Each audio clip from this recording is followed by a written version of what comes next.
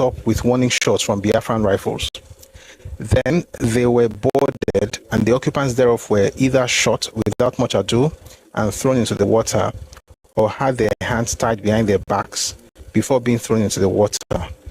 And in any event, all the contents of the canoes were transferred into the patrol boats, and the canoes were left to float unmanned on the rivers and creeks. Hundreds too did perish in this way. So what they're saying basically is this: that I hijack a canoe, pack everything inside that canoe to their own patrol boats, and tie the hands of the rivers people in that canoe, or just throw them inside the water, or tie their hands and throw them inside the water, and then leave their own canoes to just float aimlessly. Those are the people with whom they agreed to have their own nation. What a wonderful story. But let's get back to the reading. We're reading Ojuku's Rebellion and World Opinion by neighbor Graham Douglas, who was the Attorney General of the Eastern Region, just before the war. So let's continue. These daily killings send to the background the lesser forms of molestation of which every town, village, or fishing community in the whole of the river state has had to complain. If killing offered an opportunity of sport or fun, then beating offered even greater entertainment. And in this respect, there was no class distinction in traditionally stratified communities. Old and young, man and woman, boy and girl, chief and commoner, all alike were victims of Biafran barbarity. None was too big or too unimportant to escape the militiaman's whip or the butt of the Biafran rifle. One nobleman, Chief Miller Dick Harry Braid, was in fact beaten to death, and there was no prick of conscience. Then there was a seizure of money and foodstuffs from poor women traders in both the town markets and on their way from the occasional Equatorial markets. So this is people you're not going to tell that they're Igbo. All right, let me read again. There was seizure of money and foodstuffs from poor women traders in both the town markets and on their way from the occasional Equatorial markets, the traditional sources of supply of foodstuffs for the Calabari area. And from time to time, the army officers, in complicity with the administrative officers, mounted blockades of certain towns. Abodema suffered this fate on a number of occasions, so that the people were not allowed to go out to buy food or to fish and were left to starve. And if they complained, they were reminded of the economic blockade which the federal government had imposed upon the breakaway East, under the weight of which all Biafrans were writhing.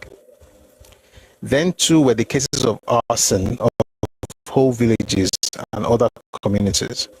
In the Calabari area, for instance, the villages of Elem Calabari, the ancestral home of the Calabari people, Elem Ifoko, Sema, to name just a few, and other communities of Erisekiri, Lelekiri, and more than 20 fishing settlements were burnt down by Biafran soldiers. And when their residents went home to their villages to seek other employment, they were followed there, arrested on one pretext or another, and taken away to detention camps or to face the firing squad.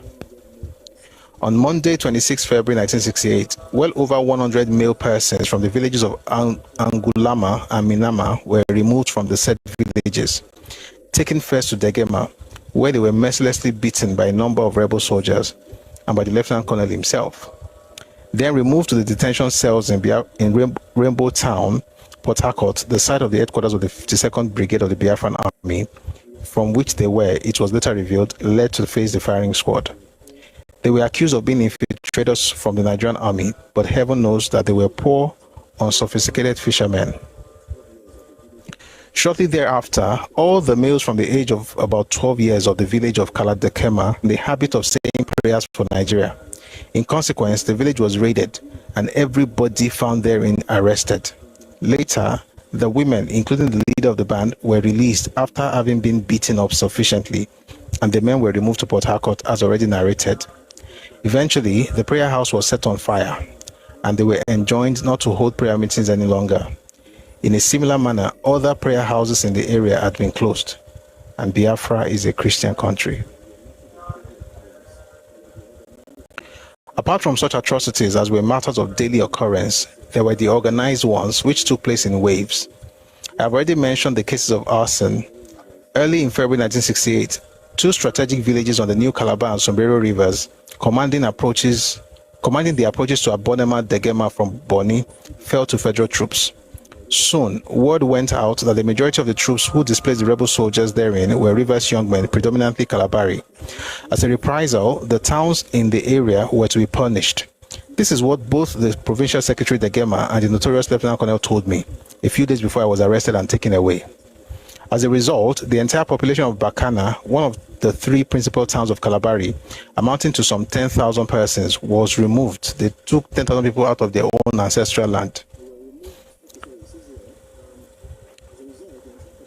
They were removed. Okay, sorry, it says here, as a result, the entire population of Bakana, one of three principal towns of Calabari, amounting to some 10,000 persons, was removed therefrom and sent to various places in the Igbo heartland, to such places as Umaya, Oweri, Abiriba, Ozuitem, and so on, where no provision was made for their housing and feeding. Some died in the process, and a number managed to find their way back to Port Harcourt area. But all the men of military service age were taken away, and up to the liberation of the Port Harcourt and the Gema areas by federal troops, nothing had been heard of them. That was towards the end of February. At about the same time, a number of prominent chiefs and gentlemen were arrested and taken away from the towns of Boguma and Abonema, detained first at Degema and then at Port Harcourt, where a few were on earth grounds allowed to be taken on bail by close relatives on the one condition that they did not move out of Port Harcourt. Fortunately, such persons were physically liberated by federal troops when they took Port Harcourt. These were followed shortly after by the arrest and removal of about 100 of the leading male citizens of Abonema. These are now languishing in concentration camps in Umaya, Oweri, in some Mbise villages, and so on. Heaven knows how many of them are still alive. There can be no end to a catalogue of Biafran atrocities in the Rivers area. Those I have set out are those of which I have first-hand knowledge. Of some, I was an eyewitness. All this happened in the Calabari area, but every other area in the River State has its own stories to narrate. At the time I was confronting Ojukwu with the atrocities, there must have been no fewer than 6,000 detainees from the River State in various concentration camps throughout Igbo land. And there were the innumerable thousands of Rivers people seeking refuge from the depredations of Ojukwu soldiers in various refugee camps in the Midwestern states, not to mention those who had been able to get to Lagos. From subsequent indications, I believe the number of Rivers detainees in Ojukwu's concentration camps has reached the 10,000 mark. After my own arrests and removal to Port Harcourt, I was kept under surveillance during the period preceding my actual physical detention. And during that period, like other Rivers people in Port Harcourt, I was shocked by news of the treatment of the River State villagers of Bolo and Ogo in Okrika clan and One in Eleme clan, or One in Eleme clan. All know about March 27, 1968, after what came to be known as the Battle of One. All the inhabitants of those three villages were taken to the Rainbow Town headquarters of the Biafran's 52nd Brigade in Port Harcourt.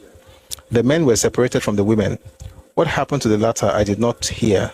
Presumably they were sent to refugee camps in Igbo land. The men, upwards of 300, I saw at Rainbow Town myself. They were detained there, accused of having offered facilities for military operations in the area to federal troops. But soon they became Hausa soldiers. These were the people that Leche Amadi was talking about. I'll connect the two very soon. Just stay with me. So they were detained, accused of having offered facilities for military operations in the area to federal troops. But soon they became quote-unquote Hausa soldiers. And before long, all Port Harcourt was talking about the Hausa soldiers whose bodies floating in a crude oil pit in an Ikwere village, not far from the city, had offered entertainment to credulous Igbo men and women in and around Port Harcourt. What did Leche Amadi say? It was an Ikwere village close to Port Harcourt, where he said they saw bodies of people wearing singlet and wrappers, and he counted 160, and there must have been 200. Well, Graham Douglas is saying there were actually about 300 men, Hausa soldiers, wearing wrapper and singlet, and their bodies were now floating on an oil pit, or in a crude oil pit, I meant to say.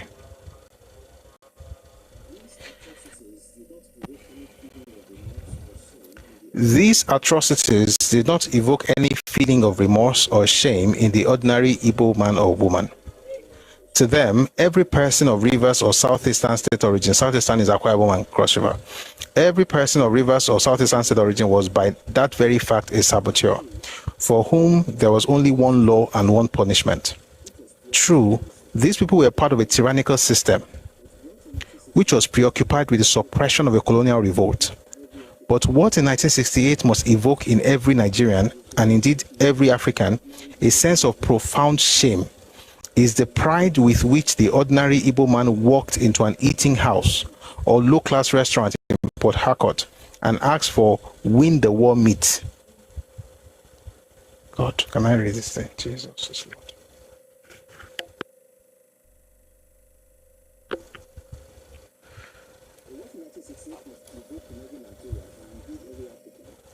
But what in 1968 must evoke in every Nigerian, and indeed every African, a sense of profound shame, is the pride with which the ordinary Igbo man walked into an eating house or low-class restaurant in Port Harcourt and asked for, quote-unquote, win-the-war meat.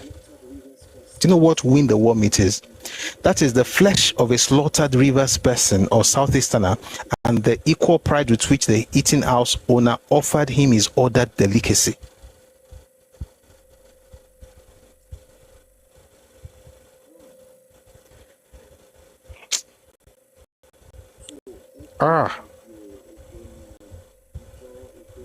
So Efi, Kibibio, Ogoni, Ijo, Ikwere, they are part of the Win the War meat package. This was why I stopped yesterday. This is part of the reasons I stopped yesterday. I had to. How do you hit human beings?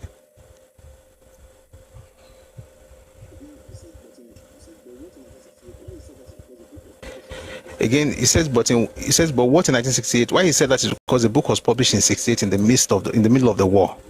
But what in 1968 must evoke in every Nigerian, and indeed every African, a sense of profound shame, is the pride with which the ordinary Igbo man walked into an eating house or low-class restaurant in Port Harcourt and asked for win-the-war meat. That is the flesh of a slaughtered Rivers person or Southeasterner, and the equal pride with which the eating house owner offered him his ordered delicacy.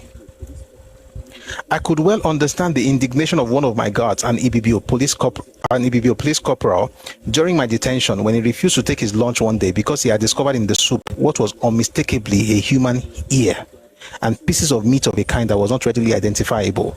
He was the leader of the guard, so the others followed suit. They found ear in the pot of soup given to detainees.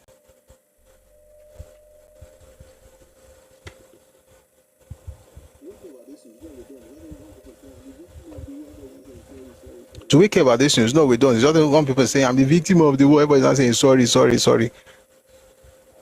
These people also have their own story. And it was not only the men who frolicked in these sadistic escapades. For instance, female Biafran civil defense workers were just as ruthless as their male counterparts in the punishment of recalcitrant Rivers people. And on Wednesday, May 15 and Thursday, May 16, just a day before federal troops entered the city, several Igbo women demonstrators were proudly parading the streets of Port Harcourt with the limbs of slaughtered minorities people and chanting tribal war songs. Several Igbo women demonstrators were proudly parading the streets of Port Harcourt with the limbs of slaughtered minorities people and chanting tribal war songs. That was barely 4 days after the Rivers and Southeastern States residents of Port Harcourt and the surrounding area had escaped Operation Wipeout. That was the name of the intended extermination of all such persons. A pogrom from which they were saved only by the proximity of federal troops and the panic caused by the sounds of federal guns. Listen, folks from the Southeast to know these stories. Maybe if they know, they'll be a bit calmer with this, the way they just talk anyhow. Maybe they will be, because the way they are acting, it be like I said, people act in a way and you're like, do you want a repeat of the past? Do you get what I'm saying? Maybe if they hear these stories, this is why history is important. Not to demonize a group, but to remember what happened. think about it. If these clowns are carrying microphone to Port Harcourt, if they heard this story, do you think they will go there and be telling them you are Igbo, you are Igbo, you are Igbo, you are Igbo? You fed them their own meat. You fed them their brothers as meat in a pot of stew. They know what happened. Do you think you'll be going with microphone? You are Igbo, you are Igbo, Ikwede is Igbo. If Ikwede slaps your face, you know why he's slapping you now. Thank you for staying tuned. Someone says this thing has actually turned some parts in that region to cannibals. No, the cannibalism was actually there before this one. No. I don't like talking about that topic because if you go into some books,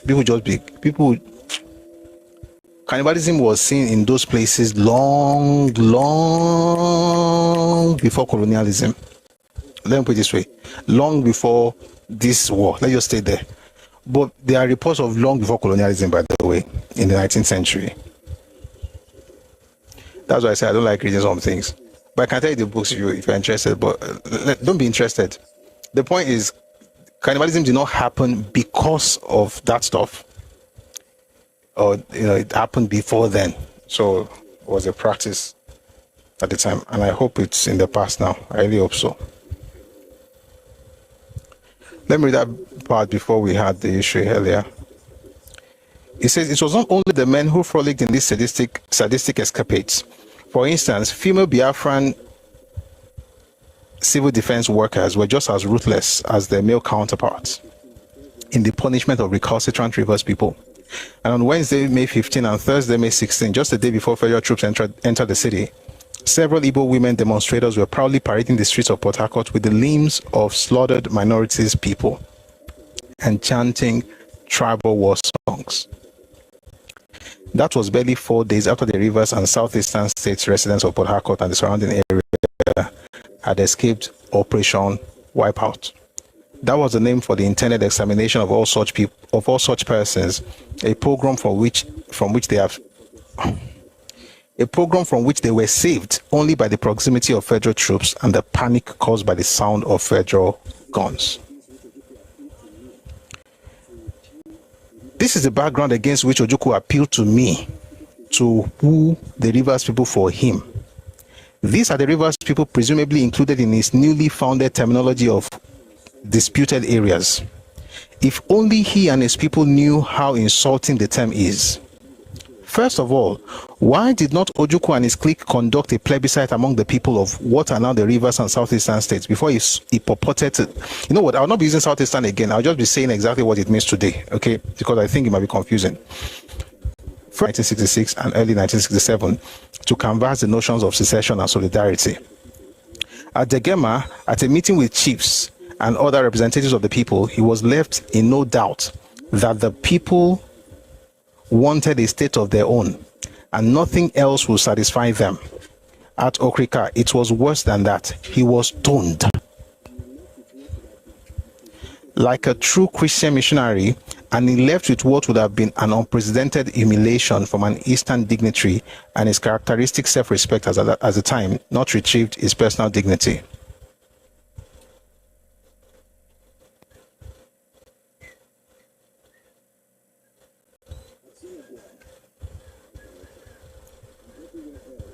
At Yenagoa, that's Bayelsa, and everywhere else he went, it was one story.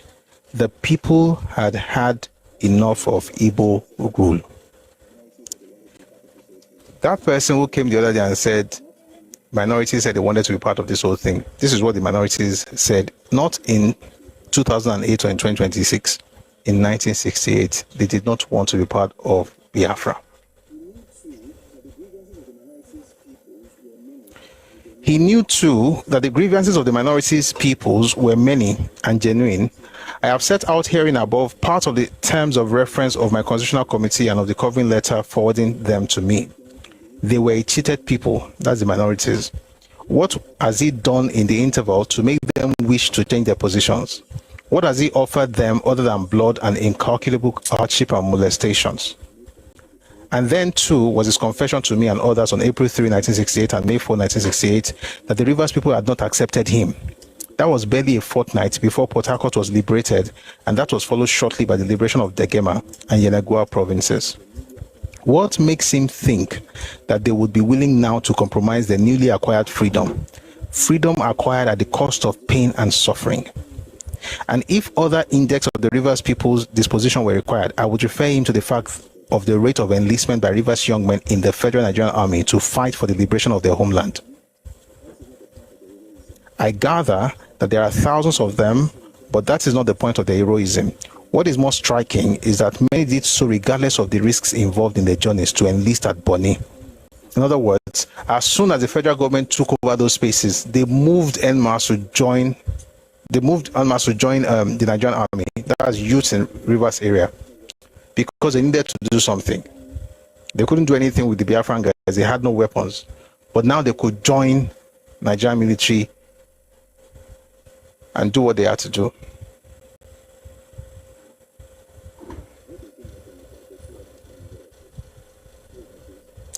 I'll read a few more things before I go to what happened in the other place. Stay with me, please. It says here, it is not just that they wanted to be soldiers. If it were I'll take that again. It is not just that they wanted to be soldiers. If it were that, it would have been very easy for them to enlist in the Biafran army. For in such a case, it would have cost them only 3 shillings to go from, say, Abonema or Buguma, and 6 pence from Bakana or Okrika to Port Harcourt to enlist.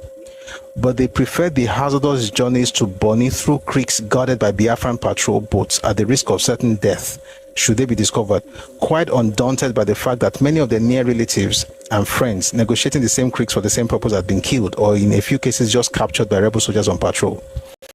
Theirs is an emblem of freedom from Igbo rule, which is the same as has caused many a Rivers man or woman to languish in concentration camps in Igbo land.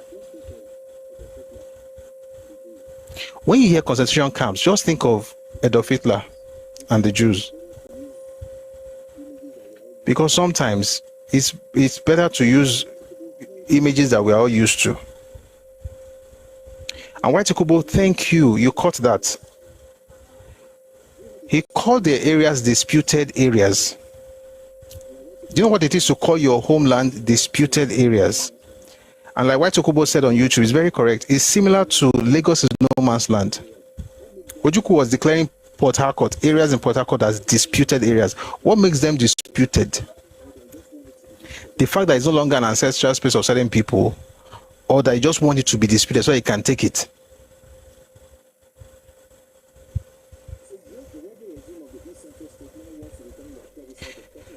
It says, yet the rebel regime of the East Central State now wants to determine by plebiscite the question of separating identity. See, by the way, these plebiscite nonsense are saying that people in South must vote. People in South do not have to vote anything, because the same thing happened in '68. Yet the rebel regime of the East Central States now wants to determine by plebiscite the question of separate identity for the hitherto neglected and defrauded peoples of the minority areas. I think it is highly presumptuous of them to expect the verification of their much vaunted and publicized assertion of solidarity behind their so-called head of state. And unless it be to browbeat an already beguiled world, I cannot imagine the purpose behind this new position.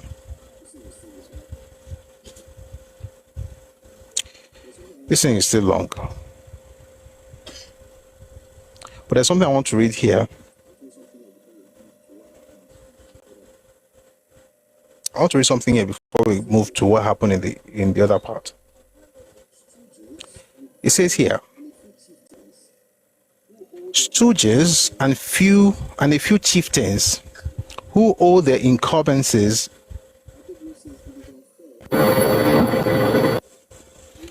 Adeglo says it is unfair. Ojukwu was not punished for his. Yes. And since you didn't punish him, you're going to have Wazirike, you're going to have Nnamdi Kanu. Ms. Mosun says, then who does the Igbo love when they could do this to people close to them? Very good question.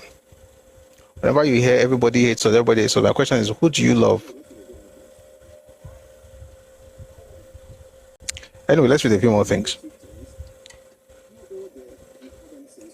Stooges and a few chieftains who owe their incumbencies to government patronage apart from...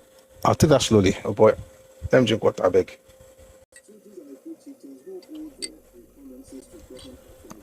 stooges and a few chieftains who owe their incumbencies to government patronage apart, I am sure that I would be expressing the position of the Rivers people at large if I stated that for them, the alternative to their continuation in the Federation of Nigeria is not Biafra, but the fragmentation of the country as a whole, and of the former Eastern region in particular, and their return to the conditions in which they were in the pre-protectorate treaty days. That's before 1900. That would be a shame for history, for in a patently anti-colonialist era, there is at least one thing for which grateful people may yet pay compliment to colonial associations, and that is the welding into organized, collectively governed and 20th century oriented political entities of hitherto culturally diversified, often antagonistic, and at times warring little communities all over the world. To take Africa back to the pre-Berlin conference days, this is the threat posed to both African unity and civilization by Ojuku's rebellion. If it is Nigeria's misfortune to disintegrate today, and God forbid, who knows whose turn it may be tomorrow? And if the basis, listen to this, and if the basis upon which secession from Nigeria by the former Eastern region is sought to be justified is that there is no common consciousness binding the Igbos to the Yorubas, Hausas, and so on together, then one may confront the Igbos themselves with the fact that there is no such common consciousness binding them to the Ekois, Efiks, Ibibius, Ijos, Ikweris, Ogonis, and so on. And if self-determination is the platform, then it must be the same for the for the Igbos as for the other formerly minority groups of the former Eastern region, or former Eastern Nigeria. In other words, if people are saying that they are not one with Yorubas, Hausas to form one Nigeria and want to break away, then surely they have to understand that they are also not one with folks in Ikwere and Ogoni and Ibibius and Ekois and Efiks. In other words, whenever you hear is my brother, it's because they want to take their land. It's not because they like the person. The folks in those areas, so you are not together. You don't have, as a matter of fact, the Igbos themselves do not have common consciousness before the colonial era. That's the truth of history.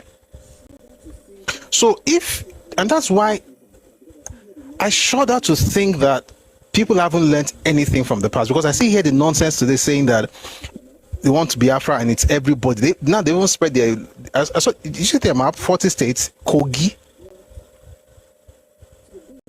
Edo, Delta. So they've gone beyond what their Lord and Savior Ojukwu had. They've gone outside that space. Parts of Benue, Akwa Ibom, Bayelsa, Cross River, Ibibio Land, Ogoni, all those places. They've cut all those places. Parts of Bayelsa rivers to be part of. The point is, if you really want self-determination, should you not be fighting for your ethnicity? Why on earth would you be forcing other people to be in your country, and you are saying that you want to break out of Nigeria because Hausa and Fulani and Yoruba and whatever, you're not together with them? Are you together with Ibibio? And you know the crazy part? I don't think the young guys of today in the Igbo whatever, I don't think they know what happened in the past. Maybe if they did, they wouldn't be, because you killed people, cooked their flesh, and served their meat to their tribesmen.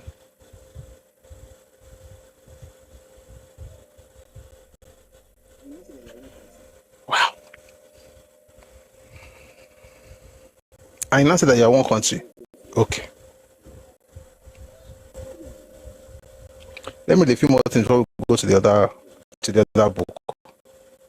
I'm still on Ojuku's Rebellion and World Opinion by Neighbor Graham Douglas. The Igbos are now a frustrated people, but the difficulty facing them is that they are under the sound grip of fear. Fear not so much the one induced by Biafran propaganda that if the Nigerian quote-unquote vandals were allowed to enter their towns and villages, they will be massacred to a man, but that of rebel sanctions should they be vocal in bemoaning their misfortunes and miseries and call openly for an end to hostilities in any event. Ever since the public execution of Major Ifajina and others, the first so-called saboteurs, the residents of the entire area still from time to time under rebel occupation have always trembled at the possibility of the extension to them of the stigma of saboteur. So they have always kept their feelings to themselves, except in cases where they think that there is nothing else to do than speak one's mind. That is to one who may rightly be taken into confidence. What is he saying here? He's saying that the folks, the Igbos themselves, were under the grip of fear, not so much from propaganda, but from what could happen to them if they set their minds, like what happened to Ifajuna. And I dare to add Victor Banjo. And I think one of these days we're going to have another session of Victor Banjo. We did it last year. But now that I'm a bit more active on Twitter these days, and I noticed that Twitter is the den of Yoruba bots. What is Dinkusha? So I think people should be reminded of Victor Banjo, and that there's nothing inherently better in these clowns than Victor Banjo, that you are disposable. But these Yoruba guys that you cannot talk, you are tribal, you are Yoruba, you don't even know what you're talking about. You are disposable. Supporting something against, you don't even understand, you're just fighting another person's war. All right.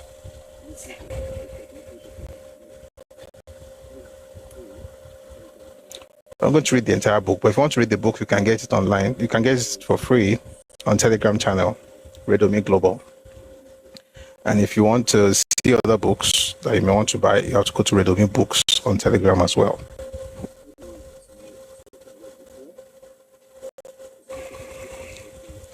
Let me read to you something I've read before. But since we're talking about Eastern minorities, we read about rivers and Bayelsa. Now let's read about Akwa Ibom and Cross River. I did it before, so you must have heard it before, but it's good to do it again.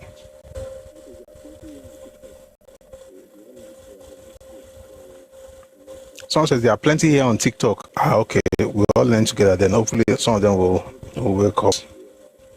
Understanding history. And I dare to say that a lot of Igbos, especially young ones, also do not know what happened in the past.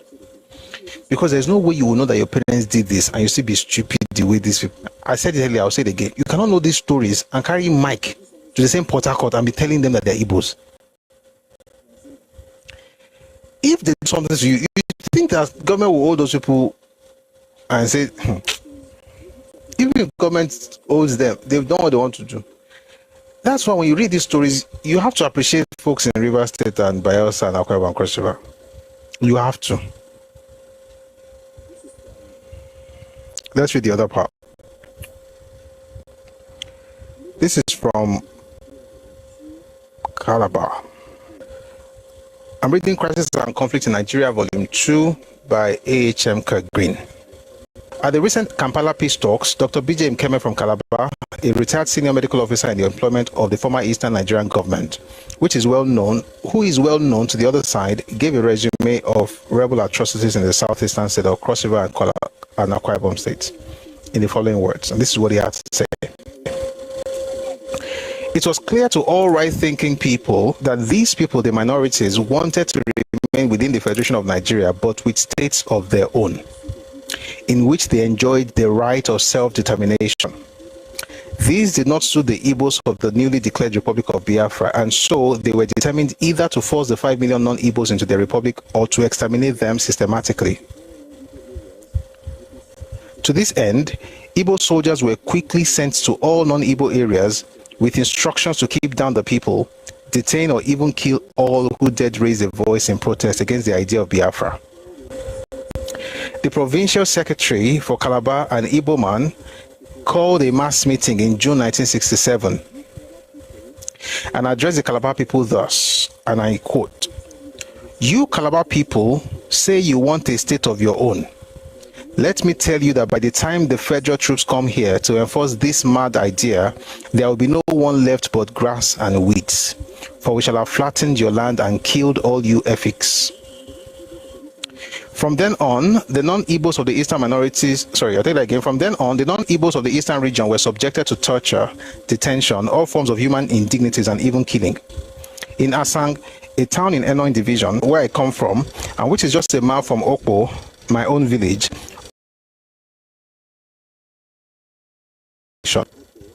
In Asang, a town in Enon Division, where I come from, and which is just a mile from Okpo, my own village, all the inhabitants, numbering about 400, were carried away to an unknown destination.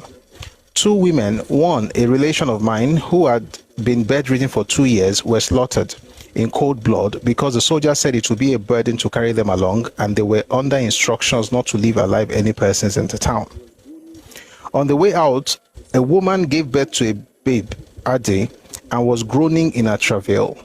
The soldiers bundled her out of the canoe which was taking them away, shot both mother and the innocent child, only a few minutes old. In Atananoyo, another town in the Enon Division, the whole town was burnt down together with all the people the Igbo soldiers could lay hands on. An uncle of mine was killed together with his wife and 4 or 5 children. The only surviving child is a girl of 10 years, her right arm severed, who now lives to tell the tale of how they were all lined up by the riverbank and shot. Luckily for her, she did not die and is being cared for by me now. In Ikorekpayon, 3 miles from my hometown, the Igbo soldiers rang the church bell one Sunday afternoon and forced everybody in the village at gunpoint to assemble in the church building for a special prayer for the survival of the so-called Biafra. When all were assembled, the Igbo soldiers surrounded the church, set it on fire, burning down the villagers and shooting those who tried to escape. It is estimated that more than 300 men, women, and children were massacred in and around that church that day. At Harcourt, 2 wells were filled with the bodies of men, women, and children, all thrown in there by Igbo soldiers to die. In Idro, a village 4 miles from my village, the menfolk were forced to dig 3 large pits, each 7 feet deep. All the men and women were tied hand and foot and thrown into them. Children were dumped in with their parents. 5 men were left to cover each pit with earth. When this task was done, the men were themselves all shot dead and their bodies placed on the mounds. I saw these bodies and the mounds myself when I arrived there 3 days after the gruesome and inhuman incident. On the day federal troops landed in Calabar, that was 18th October 1967, there were 169 civilians in detention by so-called Biafran soldiers in the Calabar army barracks. They were all lined up and shot dead by Igbo soldiers, 169. They were all lined up and shot dead by Igbo soldiers. Those dead include Mr. Effiong's parts, an ex-member for Calabar in the Nigerian Parliament, and Mr. Ekmayong, a senior lecturer at Nsukka University, well-known to Professor Njoku. Even as I speak, these acts of genocide are still being carried on by the Igbos in minority areas still under their occupation. When they were being chased out of Port Harcourt, the so-called Biafran soldiers killed off almost all the rivers people they could lay hand on, in accordance with instruction from their high command. The killings continue now in the riverine areas not yet under federal control. Recently, 200 Ibibio men and women who had been under detention in Umuahia were taken out to face a mob who brutally murdered them in cold blood outside the Progress Hotel.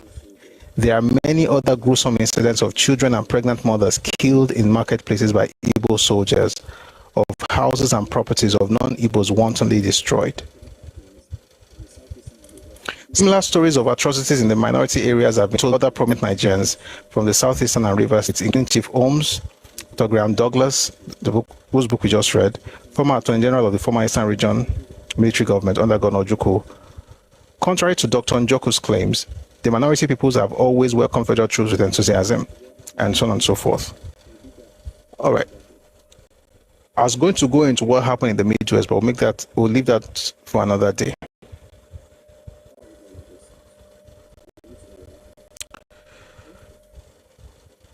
But we don't love these things.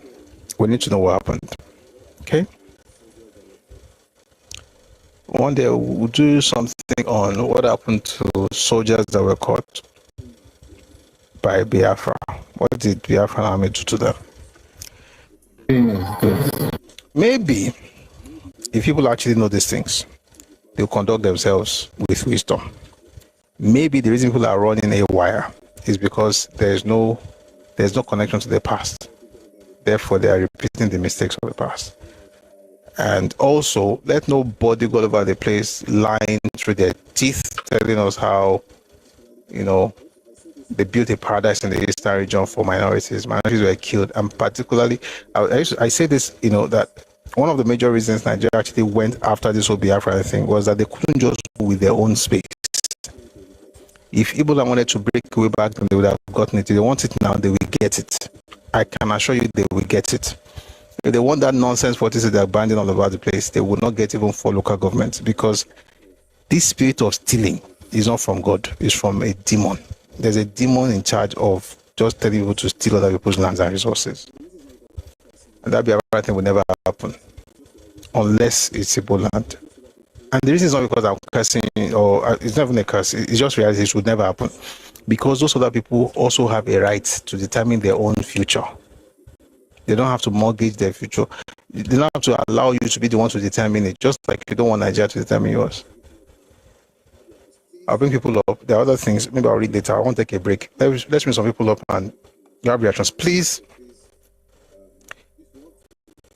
We read some very, crazy stuff. So please, if you want to get angry and curse, don't bother coming up. Okay. So you have to keep it clean. That's what I'm trying to say. Please.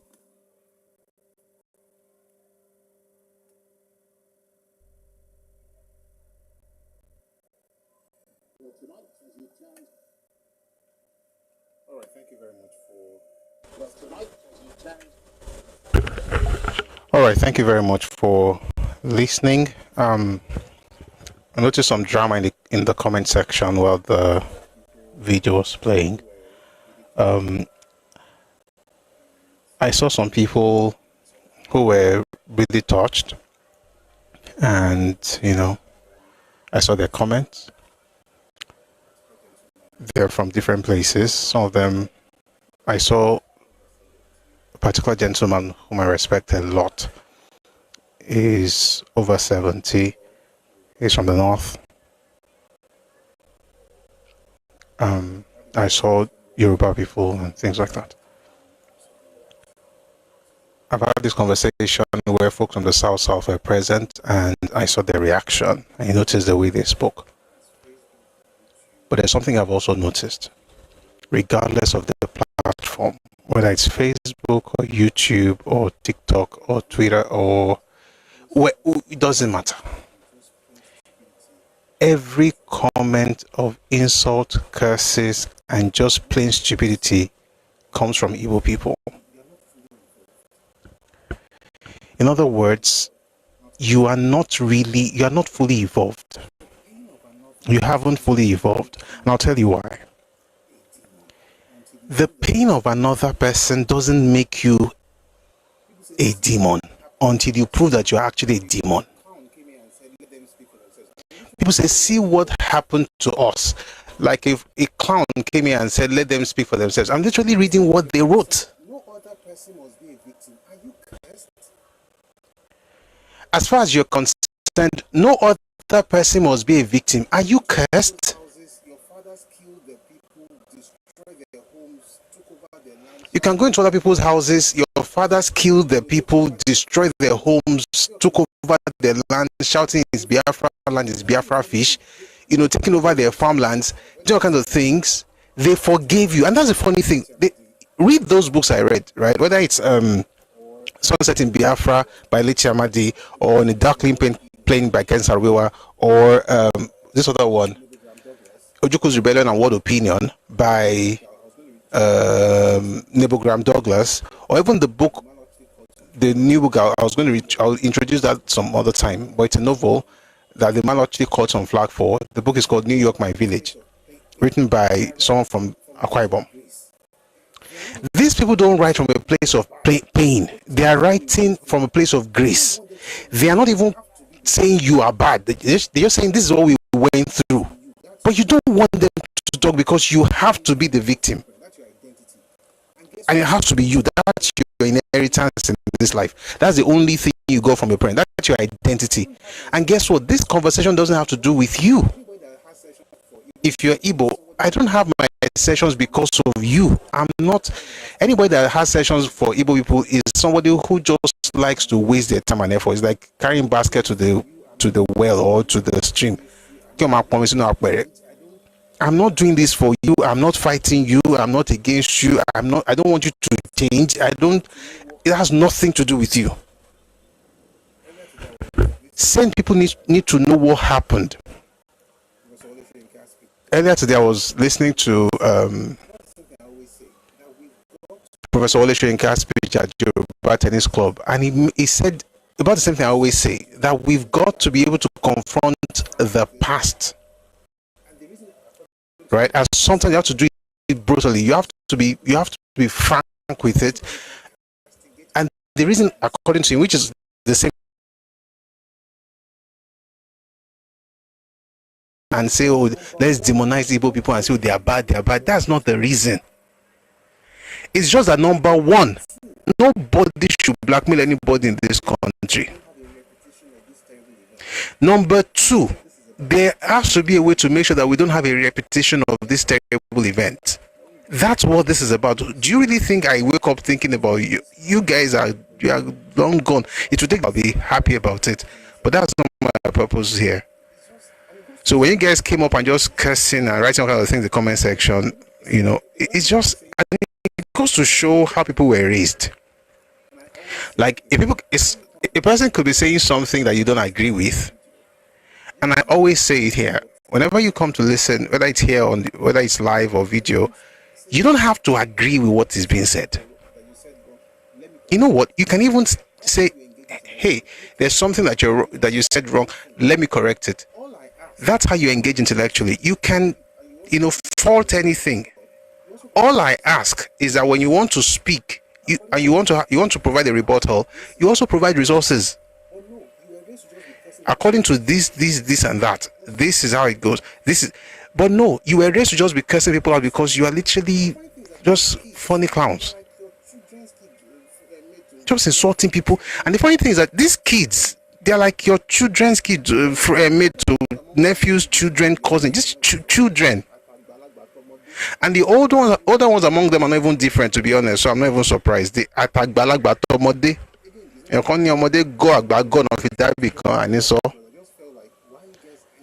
Again, it's not about you, so I'm not going to talk about. I just wanted to talk about that because I just felt like, why are you guys angry?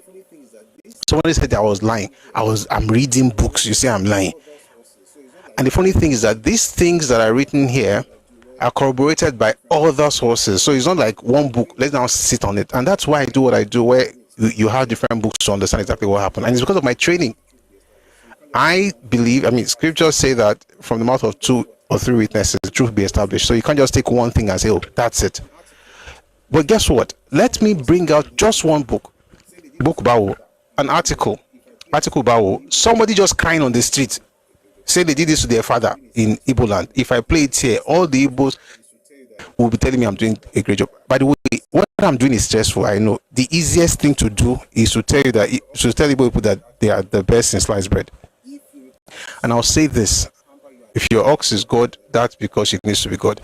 If you require somebody to pamper you and tell you that you are greater than anybody, that other people, you are very small. You are very tiny. If you require that people will pander to you, even when they're discussing history, you are very small. You are very tiny. History doesn't care about your feelings. The right approach is, wow, that happened. Oh, and this is what I would do if I was reading about the sufferings of the Igbos, by the way. Like I said, you've got to acknowledge what happened to them. Unless, of course, you are a demon yourself. They say Igbo people went through something. You can't say, it doesn't matter, they're Igbo. No, you have to acknowledge it. You have to acknowledge what they also went through.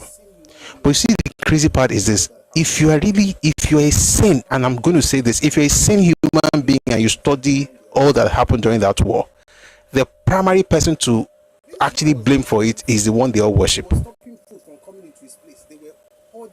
This man was hiding food. He was stopping food from coming into his place. They were hoarding food for the soldiers. Then the food and milk and medicine they were trying to bring into the region, he said no to them. Why? He needed pictures. As far as the people are concerned, when you see them, your heart goes out to them, and that's a natural. But as far as the people are concerned, when you see them, your heart goes out to them, and that's a natural. That's a normal thing, right? That's the natural reaction. You should feel bad, whether they're Igbo or not. It doesn't matter. people are dying, people are emaciated. This is terrible. But here's the crazy part. One of the people that are emaciated, tell them that somebody from your place did the same thing to other people. He begins to curse you out and say you're lying. It's a curse. Because if you cannot acknowledge what you did wrong, there's no way you're going to make progress. It's not possible. In other words, and this is not a curse, it's just normal consequence, it's just cause and effect. You have positioned yourself as the sole victim of Nigeria's narrative, which means that every conversation about Nigeria has to have you as a victim, which means that anything that will make you become a winner will never come to you because you have to be a victim. If you have just a second to getting something that will actually make you grand, that thing will fizzle out because you are supposed to be a victim. I don't know why you guys are like this, man. Anyway, let's leave the clowns. Let's talk to the normal human beings here. That's the story, guys. That's what happened to the minorities, and that's just Eastern minorities.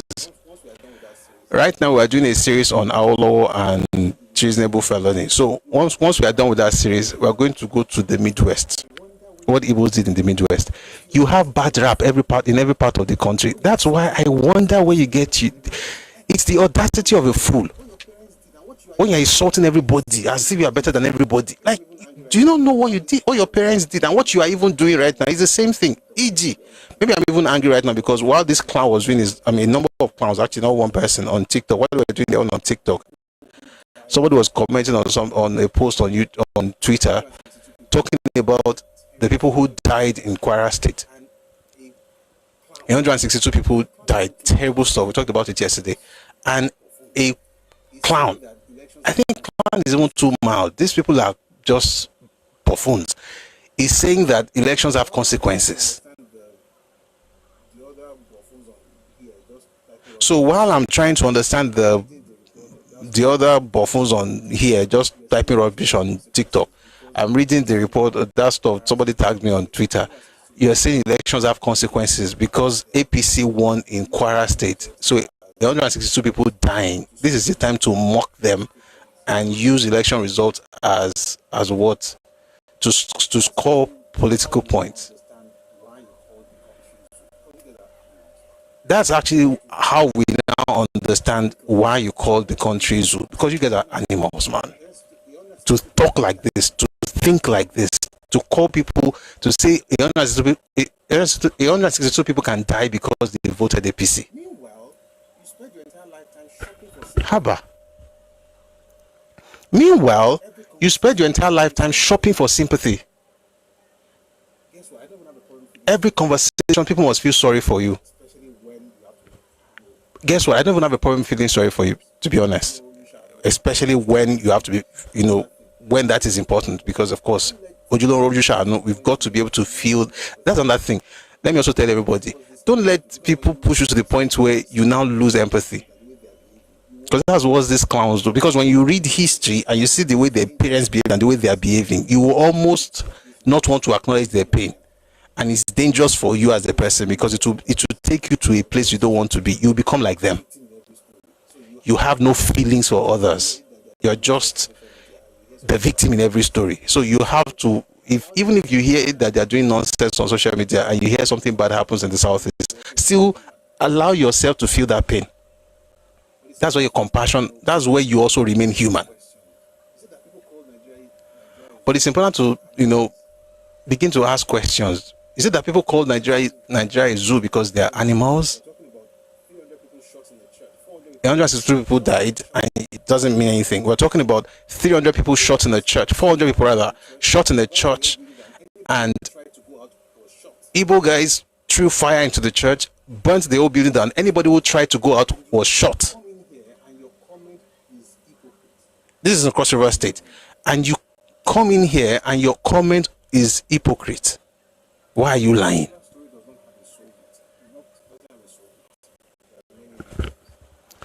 Nigeria's story does not have a sole victim. It doesn't have a sole victim. There are many victims. And everybody deserves empathy. Everybody deserves understanding. It's not based on ethnicity, it's based on humanity. This person went through something, acknowledge it. Regardless of where you are from, this thing is bad. May it never happen again. You learn the lesson, you move on. But once you assume that posture where you can never be wrong, you will spend your entire lifetime just being a victim and nobody will care after a while. Shame, I'm saying that people should still be compassionate. A lot of Nigerians do not know what happened. And the more Nigerians know, the more difficult it will be for you to be able to blackmail anybody in this country. Thank you very much for the gift, Tech Fund. Thanks a lot. I just hope we learn from these things. That's the reason for this. This is not about one ethnicity. And I remember saying it over and over again before we started. I'm just upset. You are not worse than other groups. You are just a human being. The reason you have a problem is that you think you are better than everybody else. So when they talk about you as a human being, you think they are saying that you are worse than them because in your mind you are better than everybody. Meanwhile, in reality, you are putting yourself on a pedestal because you're actually lower than them. Look at your culture now. Look at your history. Does anybody have to tell you exactly where you belong on the ladder? It's just like this Nigeria, we're all doing Jesus is Lord, good people, great nation, let's live happily together. But don't think you're all that, you're not. Anyway.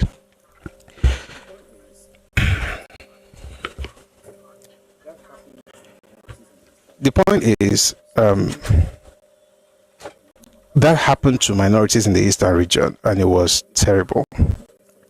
And may it not happen again. I think for me, we heard about different things. For instance, the people who were killed and who were dumped in oil pits near Port Harcourt.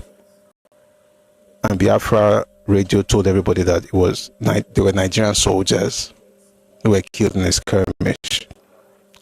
But the crazy part was that these people had singlets on and wrappers.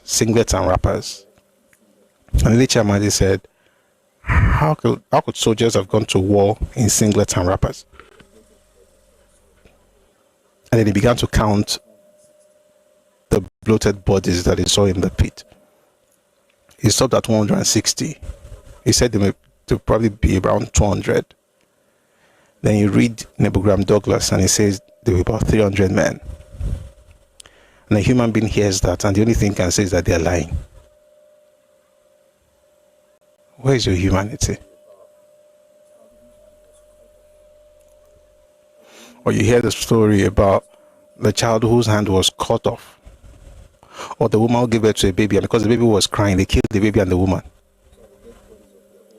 Or the 5 men that were told to dig pits so that the dead bodies of their own village people could be dumped there, and then kill them and left. And then after they've dumped those bodies there, they were told to fill those pits, and then they now shot each of them and their bodies were placed on the mounds. These are terrible things. Perhaps the worst thing was the win the war meet in River State, where people were going into restaurants asking for win the war meet. Veronica just came in. Everybody, please read the comment section on TikTok and look at these people. Is this a human being?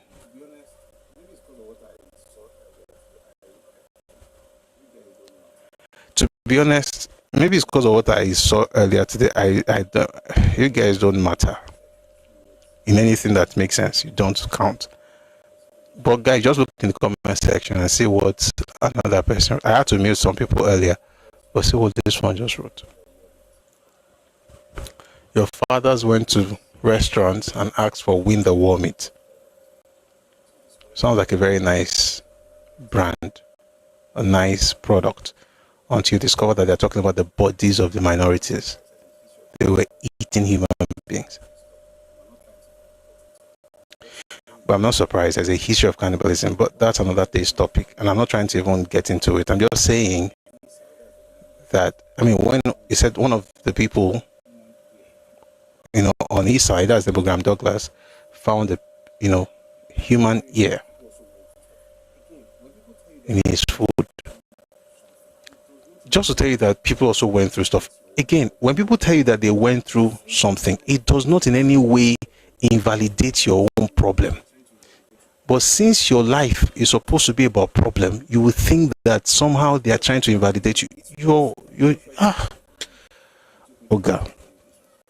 That's what happened to, but it's worse. So we just read the ones we could read, and it took me 2 days to even read these ones because I was just breaking down. I just think that every human being who hears these things will feel bad about it and hope it doesn't happen again, which is how you should feel when you think about the sufferings of the Igbos or sufferings of any group at all. Like something's happening in Niger State right now, you should feel bad about it, even if you can't do anything about it. At least let your humanity still show. But then you have Igbos come here and say things like Fulani are coming. Like, do you guys even have? Are you humans? I think I'm asking for too much, to be honest. So, and I apologize for that. I'll just assume that, not even assume, I just take you for who you are. But thank you very much for that nonsense stuff you wrote in the comment section. Actually, it shows exactly how you were raised. I'll bring some people up. Again, let me quickly announce that on Monday, we're going to continue the series, Our on Trial, and we'll be reading a number of materials. You know, of course, the live session will be on Mondays. We have live sessions every day, Monday to Friday, 4 p.m. every weekday, Monday to Friday, 4 p.m. Ife time, West African time. But we're coming on camera on Mondays and Thursdays. And on Tuesdays and Fridays, we'll be having replays. And on Wednesdays, I want to introduce something on Wednesdays. And we're going to start it next week. So once you get in here, you understand what it is. It's actually quite nice. It's different. I've never done it before. But I think it's important that we listen to certain people. And I'll be, introducing them to us, starting on Wednesday. Okay, so please join us on Wednesday. But again, of course, be here on Monday, please. And we're gonna continue that series. And again, please engage with the videos on our social media platforms. They will help us understand these things a bit deeper, and kindly share the videos as well. All right, let's have some people respond, and then we can, just have some time before we close. So we have one request now. This is Ole Comrade. Good evening.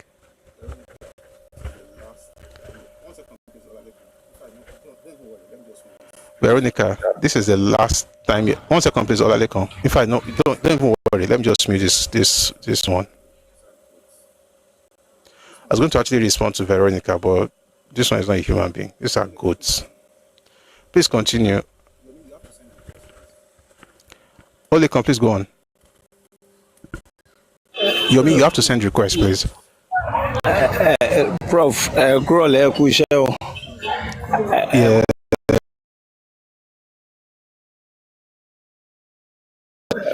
Really thank God for the wonderful section today as well.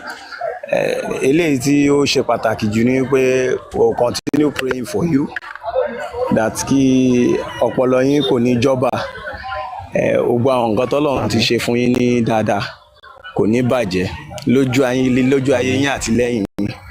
Ọlọ́run ò ní jẹ́ kó rẹ̀ yín o, because we are really enjoying you. We are really enjoying you.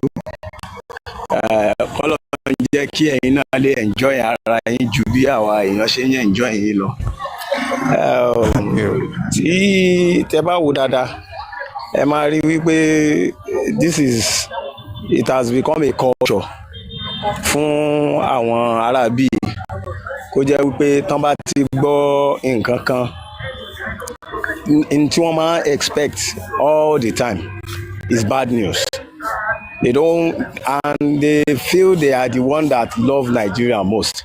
And ẹ máa rí nínú àwọn ọ̀rọ̀ wọn that they will be saying they are the one that like Nigeria. They are the one that wants unity. They just want us to be together. Whereas in the real sense, in tí wọ́n ń ṣe lábẹ́nú gan, wọ́n tún fi hide money sin. They don't hide it any longer.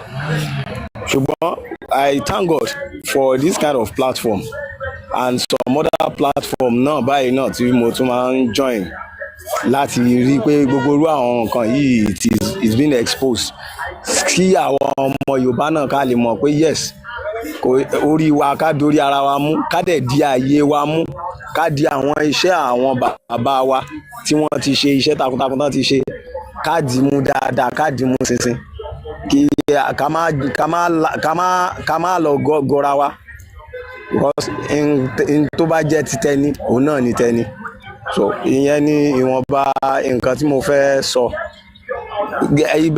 ìmọ̀ràn mi fún àwọn èèyàn another thing our children báwo sí gbogbo irú àwọn nǹkan báyìí ká dẹ̀ máa jẹ́ kó máa rin gìlé tiwọn ní gbogbo ìgbà wípé àkọ́kọ́ Yorùbá ni wá before ká tó jẹ́ anything before ká tó jẹ́ Nàìjíríà á dá fún wa á dá fúnlẹ̀ Yorùbá ilẹ̀ Yorùbá ò ní bàjẹ́ ò Nàìjíríà ò ní bàjẹ́. Thank you so much.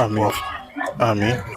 Sure. Thank you very much. I really appreciate your submission. Titi Ma in the comment section, please send requests. I'll bring you up once you do so. If you'd like to be part of the conversation, we still have some minutes, so you can just send the requests, then I'll bring you up. Thank you very much, Olekon Comrade. Thank you for that submission. Again, like I always say, it's just today's session essentially we just to talk about what other people went through in the war, and to also appreciate their pains and their sufferings, and to also understand why certain things happen. For instance, you must have heard about abandoned properties in Port Harcourt. One day I'm going to have a session on abandoned properties. Now, again, all these things, you see, for sensible people, you really don't learn stuff because you have beef. You know what? I'm expecting myself too much. It's a waste of time. The point is that when you study what happened in those places, you know why people treated people a certain way and how you should treat people going forward. For instance, the place where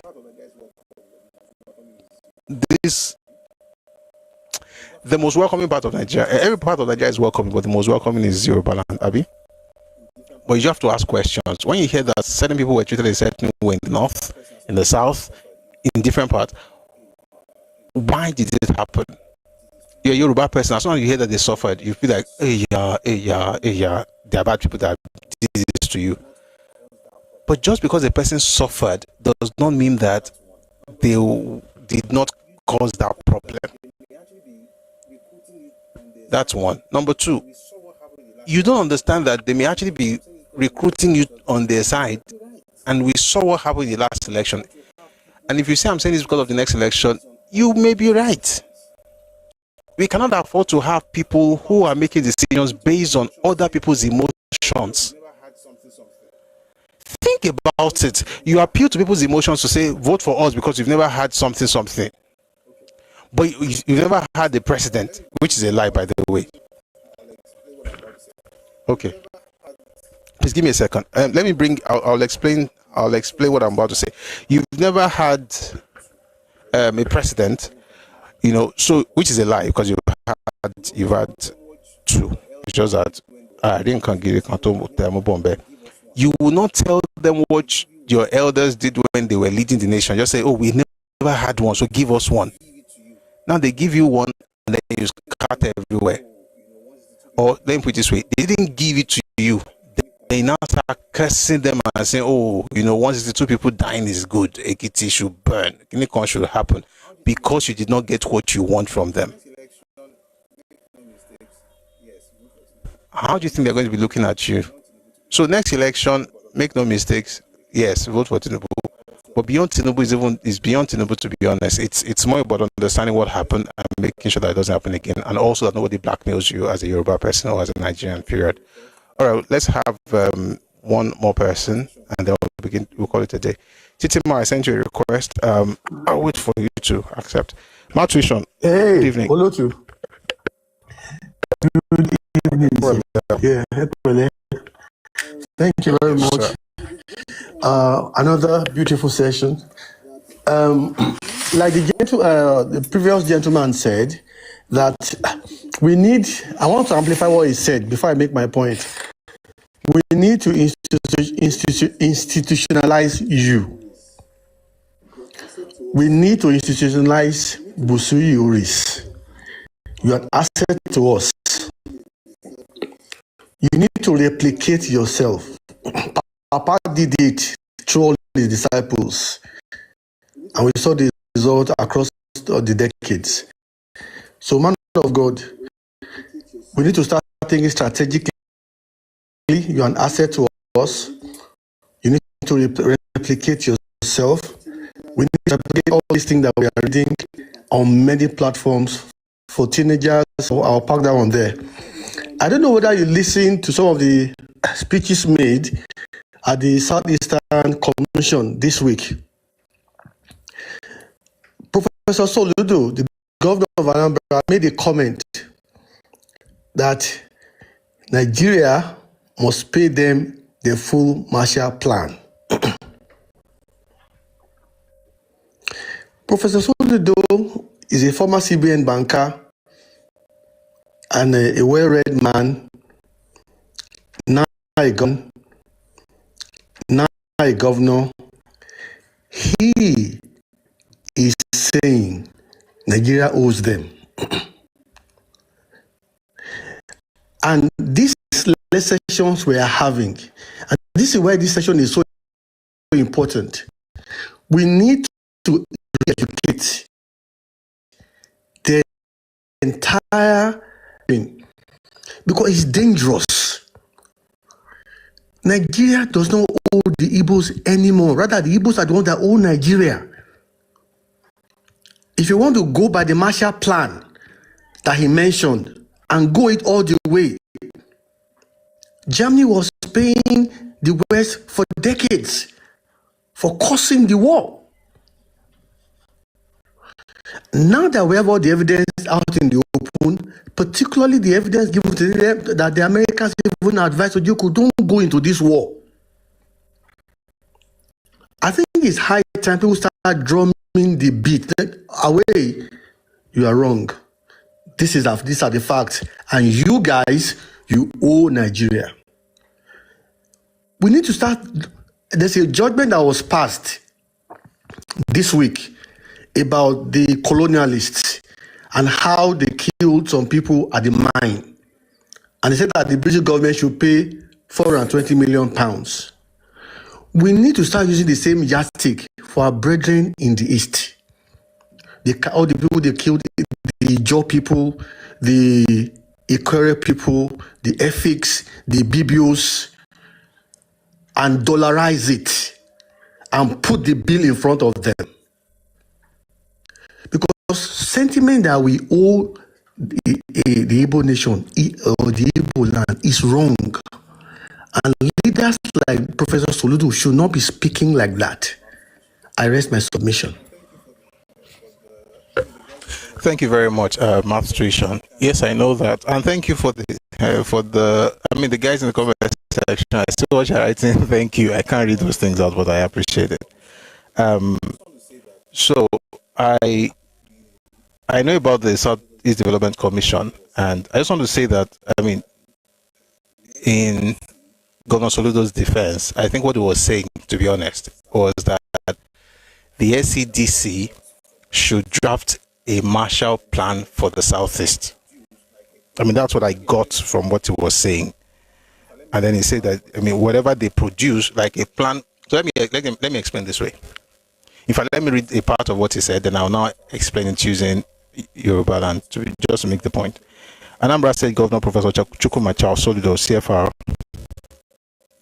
has called on the Southeast Development Commission, SCDC, to produce a simple, measurable, impactful plan for the Southeast, which could be known and referred to as Nigeria's Marshall Plan for the Southeast.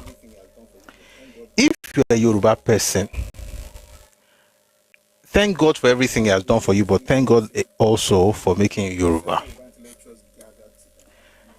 The year was 2013. Certain Yoruba intellectuals gathered together and decided to come up with a plan for Yoruba people.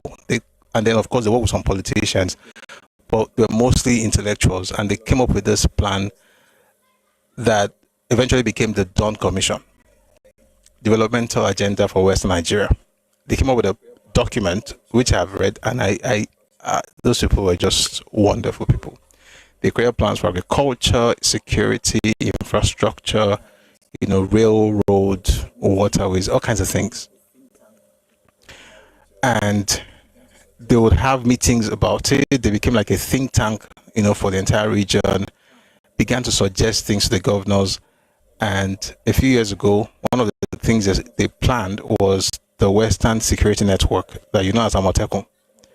And the governors took it on, of course, led by the former governor of Ondo State, who was the Southwest Governors Forum chairman at the time. Then they pushed for that. And they got it. And now we have Amotekun.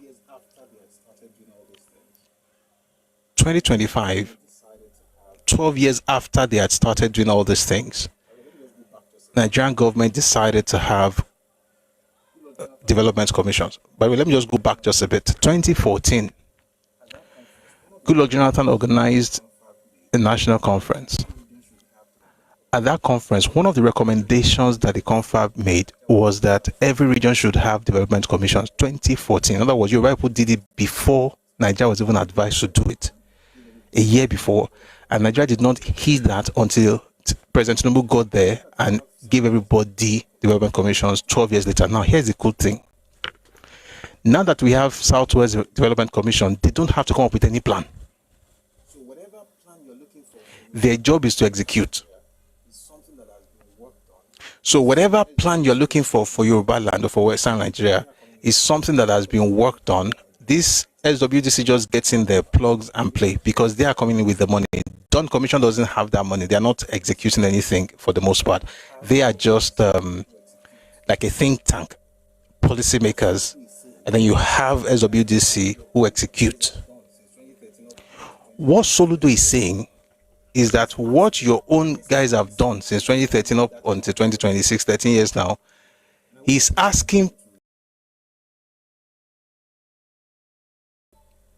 And I wish I could even go into the Dawn Commission. Again, I'm trying to use it to sensitize Yoruba people, not so that doesn't make it look as if it's about Southeast. That's why I'm doing Southwest. I'm not comparing, I'm just using it to explain. Okay.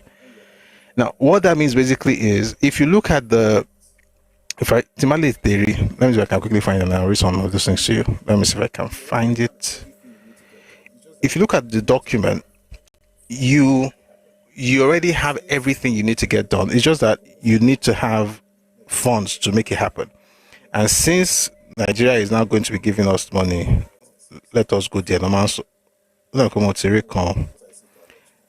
this one is for 1962. Don't worry. Once I see it, I'll let you know. Okay. No, this is 1962, 64, 68. Timbari Mayeke Mosha. Maybe one of these days we'll even discuss it. So we're all found it. Dawn strategy. Okay, so they published this document in 2011, 2 years before they became an organization. It's called Development Agenda for Western Nigeria, 2011. In this document, they wrote their plans for different things. And of course, they worked with Afenifere Renewal Group. Yorùbá àpètàn kọ́lọ̀ ń ṣe wá dáadáa o, ṣùgbọ́n àmọ̀yé nǹkan tá a ní. Mo dẹ̀ mọ̀ sọ̀kọ́ tí mo sọ ní Yorùbá ni. I'll just read something to you guys. So just quickly. Development Agenda for Western Nigeria, Dawn. This is from 2011. I'll read the foreword and some things in here. I think it's going to help us appreciate what these fathers have done. And then we can also get to build on the foundation. It gives me great pleasure to have the privilege of writing the foreword to this all-important document, which to me has formed part of the strategic asset of the Yoruba people in their quest for development. And I must say that we should be proud of our capacity as a people to respond to clarion calls at crucial moments and to offer our God-given talent and resources most sacrificially without counting the cost. In recent times, our people have spoken of the cyclical governance scenario that sees us through a short spell of growth under progressive regimes and a very long spell of regression under manipulative and retrogressive regimes. The sum total is that of negative growth, and this we see all around us. If we look around us, what we find are broken down infrastructure, falling standards, and a dispirited people. We seek to reverse this trend. We can only do it if we continuously remind and encourage the mandate holders, the office holders, that our people deserve the best. Those who held office before them in the western region of old, the western region of Chief Obafemi Awolowo, did their best, and some of us reading these documents are products of those efforts. We in Afenifere Renewal Group, ARG, remain convinced that well thought out plan regional initiatives hold the biggest capacity for us to achieve our developmental aspirations as a people. Indeed, we are of the view that there are several possibilities for socio-political and economic cooperation and integration in our region, which must be explored, unearthed, and harnessed. These possibilities must be dimensioned in a manner that would drive the welfare of the people and general progress of the Yoruba. The question is, how should we begin to respond to the reality that is staring us in the face? It is my considered opinion that what is now being presented as a development agenda for Western Nigeria done offers a way out. Indeed, it presents us with another opportunity to advance the cause of our sustainable development as a people. The critical stipulation of Dawn is that we must begin to leverage all our strategic assets bestowed on us by our providential communalities to develop our region and significantly improve the standard of living of our people. Dawn, according to a portion of the framework itself, is both a document and a process. Oh, but this thing is long. Let's finish. As a document, the framework has set out our aspirations in clear and unambiguous terms. It has come to the conclusion that we have very little choice and little chance but to set on this course. It has also developed a roadmap for achieving those aspirations. As a process, the framework addresses the desires and the drive of the people towards fulfillment and actualization. They said a lot of things here, and they talked about how governors must provide leadership, chart the course, rally the people around common aspirations, create the enabling environment, leverage the human and material resources, and deliver high standards. And then they said a number of things, the people that came together to do this. They had 3-day sleepless nights at University of Ibadan retreat, where they developed the Dawn roadmap, and then they had governors supporting them morally and everything. Anyway, this document was put out August 2011. I'll just read the part I want to read. I mean, it's a huge stuff. I'm just going to read the part that I think will interest us today. The Dawn vision is to make the southwest region of Nigeria the preferred place to live, to work, and to visit. The context. By southwest region of Nigeria, we refer to the southwest geopolitical zone as a definitional boundary comprising Lagos, Oyo, Ogun, Osun, Ekiti, and Ondo. This also recognizes the coterminosity of neighboring states that may be willing to engage and be part of this development agenda. In other words, while they were doing all of these things, they were thinking, sorry guys, while they were doing all these things, they were also thinking of their kith and kin in Kogi and Delta and Edo and Kwara. Okay, so they said it here that this also recognizes the coterminosity of neighboring states that may be willing to engage and be part of this development agenda. The context, however, recognizes the status of Nigeria as a federal republic, which also recognizes its inherent imperfections. The Dawn Framework project initiatives that will, Dawn Framework projects initiatives that will harness the abundant resources of the Yoruba people and unleash their collective enterprise with the final outcome of promoting their well-being and improving the quality of their lives. The underpinning philosophy. Dawn agitates for competitive communalism that is inclusive and that nurtures every citizen of the region as an important contributor to its social and economic advancement and an equal beneficiary of opportunities created by the government of the region, and can also act as an agent of prosperity in an environment where each one acts as his or her brother's or sister's keeper, the real Omoluabi. One of these, I'm going to have a session where we're just going to discuss this thing. I'm saying that if you notice, by the way, you will not see what did Nigeria do for us, what should Nigeria do in the entire document. It's just a group of people who thought, listen, we have seasons where we do well, and other seasons where we don't do well because of, instability in government, whatever. Can we have a framework for our people? They came up with something and published. I mean, they've been meeting before this date, apparently. They came up with a roadmap and published that in 2011, and then they had the organizational structure and, like formal corporate structure and identity in 2013. From what I read, all of that to bring me back to what you said. When I read what Charles Oludo said, I think what he's trying to do, or what he's trying to say, is that they should create something like this for his region, and he's talking to the SADC. That's what I think. However, Owanis Indigo has this ridiculous idea that Nigeria owes Igbo people something. Young Nigerians of other ethnicities have to know the history of this country. Nigeria doesn't owe Igbo a dime.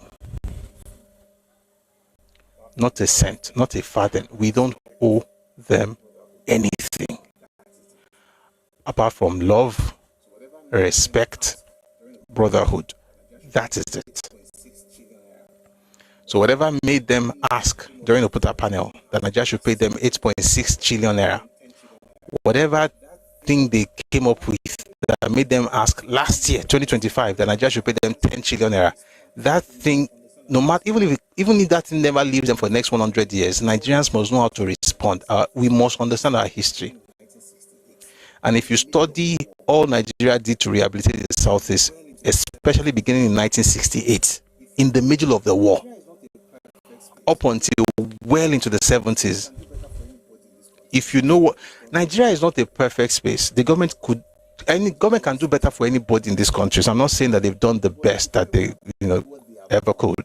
There's always space for, room for improvement. But if you cannot even acknowledge what they have done, you are not worthy of anything more. Money that belongs to all of us was given to Igbo people. Igbo people did not produce anything in that period to even expect anything. But guess what? Money got to them, got to individuals. Forget the 20 pounds. I'm talking about money to start businesses. Got to some of them. They got that money, did business with it, made money with it, then turned around to curse the country. Nigeria does not owe Igbo anything apart from love. In fact, some people say tolerance. Just like me, I'm a Christian, so I prefer love. I think love is higher than just tolerating people, right? So love, respect, brotherhood, all those things I will give to anybody regardless of where they're from. But blackmailing Nigerians that they owe you something. Is it the people in Rivers State, right, who are producing this oil? We have moved on to non-oil, exports now, so thank God. So our economy is getting diversified, more diversified by the day.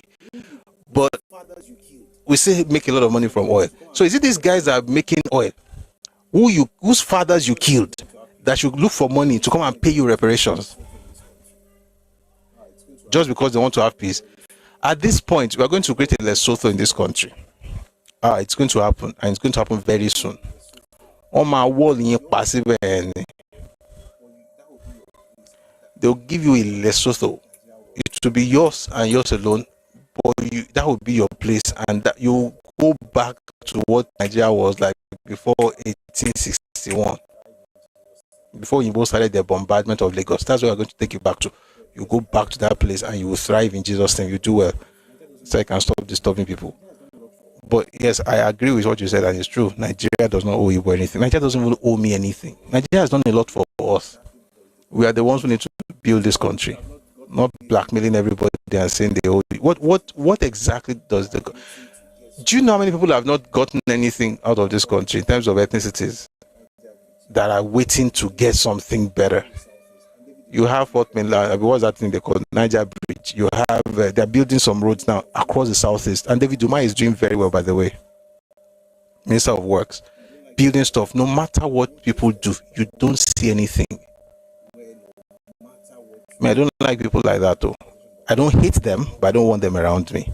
Where no matter what you do, when you have conversations about politics, it's always, no matter how wrong they were, they knew things we did not know. Or we do not know, no matter how well read we are. However, I think it's also their glory when the children grow up and say, Daddy, you should have done this better. It shows that they train those children well. I mean, we are some people's children and we are some people's parents. Naturally, every generation should get better. Okay?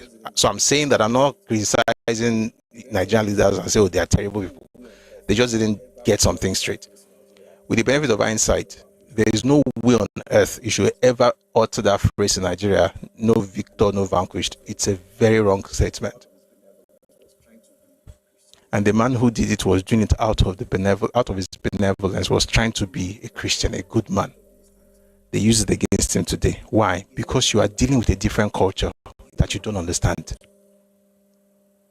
It's not that the people are bad, it's that you don't understand their culture. Your evolution is different. Their framework is different.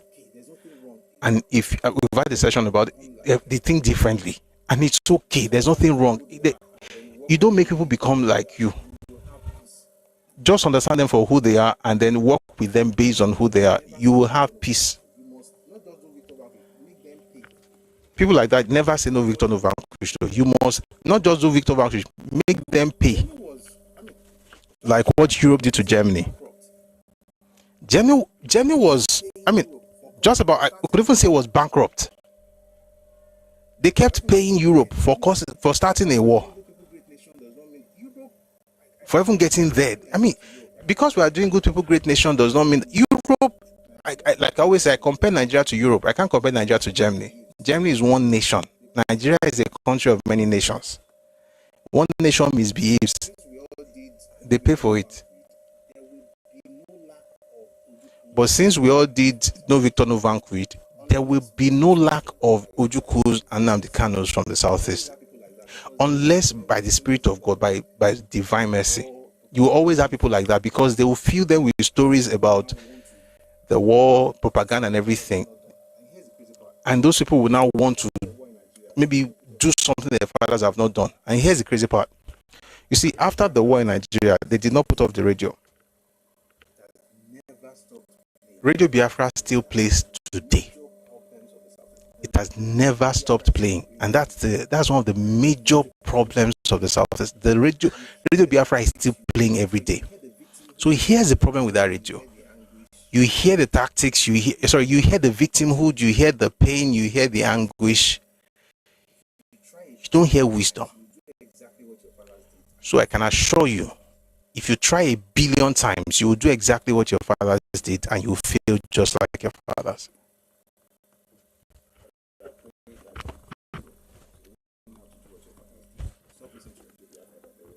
But I pray that you heal, so you won't have to do what your fathers did. Stop listening to Radio Biafra, by the way.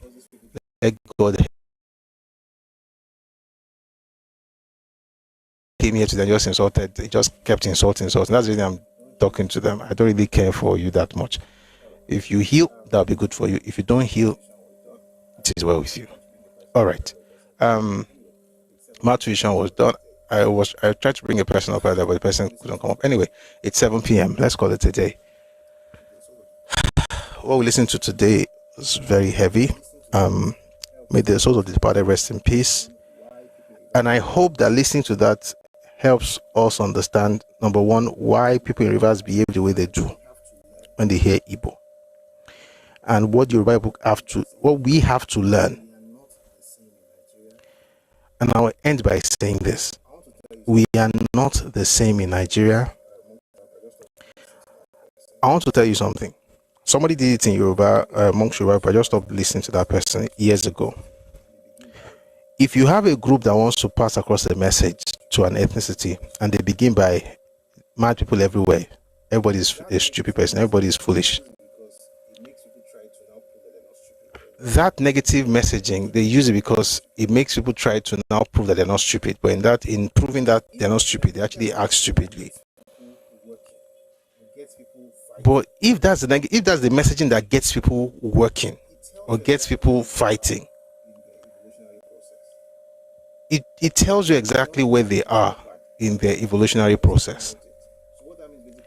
It's not good, it's not bad, it's just what it is. Just acknowledge it. So what that means basically is this: you cannot engage them the way you engage others. Okay? So when we have conversation, I think one of the problems we have in Nigerian politics or conversation about politics is that we assume we are at the same level. So if a person, if you've noticed in history that only people who rough handle that person, they're the only ones he respects. Whether in the north or in the south or even in the Midwest, that's now part of South now. It was when they were rough handled that they began. It's only people that rough handled them that they respect. It shows that your being good will be seen as weakness. It is not that the person is bad, it's just that that's their culture. You have to be hard for them to respect you. I don't know. Well, it shows primitiveness, by the way. Let's just make it very clear. It shows people are not really evolved like that. But the point is that Nigerians should acknowledge it. Stop trying to fight and tell people to change. Just acknowledge what it is and then you work with that. I'm just going to read some comments on YouTube before we call it a day. I hope you've had a great time. I'm looking at this Dawn Commission thing. This Yoruba elders have sense. So I'm not going to lie. And I don't think we give them enough credit. And if we do, it's for our own benefit, by the way. If you're a young person, your 20s, 30s, 40s, 50s. 50s is young, Abby. Not well. Please, let's study what they've done and you'll be shocked that there's so much to learn from them. I just read some things here on YouTube. This is Evans Biafra. It says, even now, the Ijos don't have anything in common with the Igbos. They've never had any... now that you mentioned it, let me share one stuff with you. If you read the Willings Commission report of 1958, I know, let me not mention it, please. If I can, let me do it this way. Let me look. If I find it, I'll read it. I don't want to say it, because if I say it without reading it, it will be like an insult. Give me a second. I'll find it for you guys. Okay. This is the Willing Commission report of 1958. They didn't mention anybody, but you can fill in the gap. Though there has been no great kingdom or indigenous culture in the eastern region, the coastal chiefs grew on their trade with the European merchant ships, and they adopted customs, clothing, and housing more advanced than those of the peoples of the interior, on whom they had at first preyed for slaves. They came during the 19th century to regard the people of the interior as backward and ignorant, and it was therefore a blow to their pride as well as to their pockets when the Igbos began to push outwards into the surrounding fringe of the country, and particularly into the Calabar area, to take up land, to grow rich, to own houses and lorries, and occupy posts in public services and in the services of large trading firms. It was among the Igbos, formerly despised by the people of Calabar as source of slaves, and as a backward people of the interior, now feared and disliked as energetic and educated, that the first political party formed. No, that hijacked the first political party. They didn't form it. They hijacked NCNC. There's another one. I think this one is more explosive, so let's leave it for now. The point is that the relationship that Igbos have with the Ijos and Calabars, that's why, have you heard some people from maybe Calabar or Ogoni speak about Igbos and the way they speak? They're like, they are, you will know. That kind of thing, like, you will know. Because they understand, they know the relationship. And to be honest, I'll say this, and then I'll let this go. I think there's an institutional memory, if I can use that phrase. There's a collective memory that still drives people's actions, but they don't want to acknowledge it. That relationship they have with the Calabar and the Ogoni and the Ikwere, that thing is still there. The Ijo and Ikwere is still there. So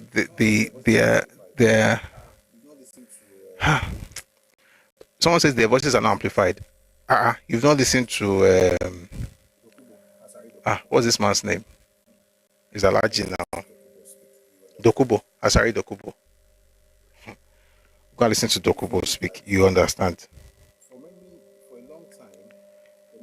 The thing is that for a long time, the media was actually, that's a funny thing. They tell you Lagos Ibadan, Lagos Ibadan.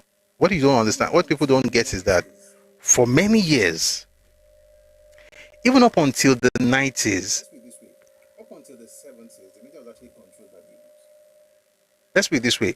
Up until the 70s, the media was actually controlled by the Igbos.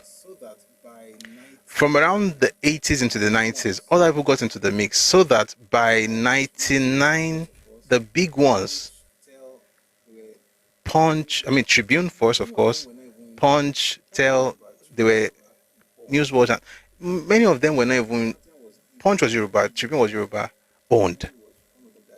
But Guardian was Igbo, Independent was one of the guys, Vanguard. So the point is that these guys, the Joe guys, and they didn't have that control of media. Even for Yoruba people, now God save us.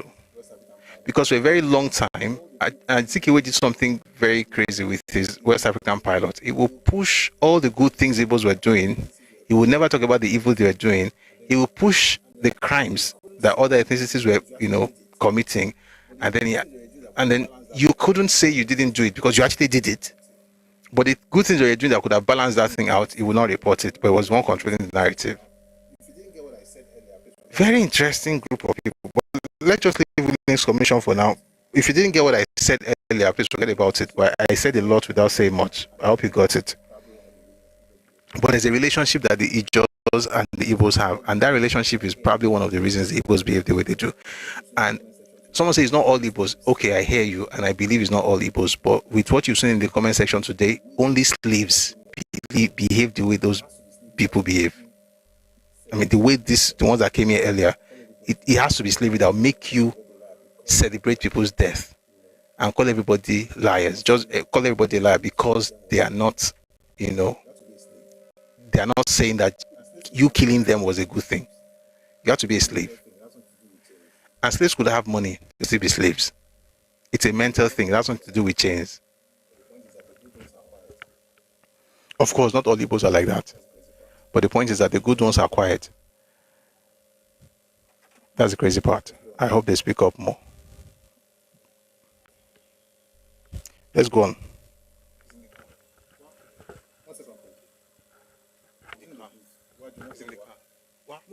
One second, please.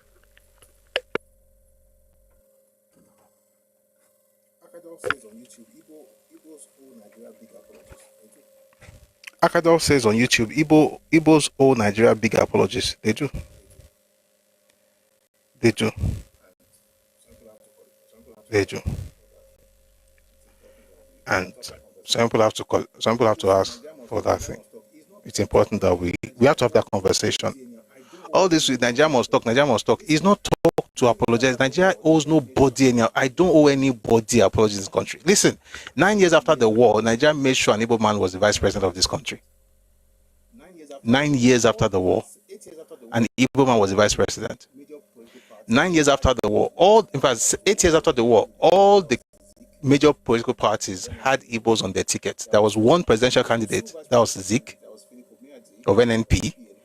There were two vice presidential candidates. There was Philip Omiadi of UPN, who was vice presidential candidate to Papa Awolowo, 79. Although they planned to work with Zik in 79, he did to them what he did to them in 59. After 20 years, he repeated the same thing. And they will call you, they will say you are the one who betrays. Meanwhile, Zik has shown it consistently. And then Shagari had an Igbo vice president, Alex Ekweme, as candidate. And of course, they won. However, they won. Was it the 3.5 million that was put in the bank, in Zig's bank, or the 5 million pounds that was put in Zig's bank, or the one that was put in Cooperative Bank of Eastern Nigeria that was loaned out to Igbos? Or was it the 990,000 pounds that was given to Igbos every month? Or was it the food or the clothes that your fathers, Yoruba people, and states across Nigeria donated to send back to the Eastern region? Or the doctors that went to the Eastern region free of charge to work as volunteers Yoruba, different parts of Nigeria from the north, went all the way into the eastern region to help rehabilitate them. You are the ones who you think you owe people something. Do you know what your parents did to help? You have a bunch of ingrates who now tells you that, oh, you nobody owes anybody anything. You, as a matter of fact, maybe you owe everybody. And we should have that conversation in this country. Nobody should be blackmailing us with nonsense. That your parents suffered. You should go and I've said it before, and it may sound a bit funny, but it's the truth. When the Catholic Church was angry with a particular pope, they exhumed his body. He was dead. They brought him out. They put him on a chair in the dock. Put pope's garment on him. Tried him, found him guilty, then punished him in death. People are looking for people to apologize to them. They should go and meet the people that caused the problem. And starting with Ojukwu, may God have mercy on all of us in Jesus' name. Amen. Osemobo Aikeremokia says, I beg, leave Edo and Delta out of Igbo claim. They don't love us. Okay. Akadol says, only God can forgive those atrocities. I agree. Evans Biafra says, the younger Igbos don't know about their past and don't want to read and learn history. Sad. By the way, all of us need to learn. I mean, there are many things that all of us have to learn. But this idea that once they say that something doesn't favor you, the people are wrong. People could be lying. But when you discover that they're not lying, by the way, let me say something that an Igbo person did on Twitter that I found very exemplary. So I put a video. I put clips, excerpts of this video on Twitter. The person did perhaps the most honorable thing that any Igbo person has ever done on this matter.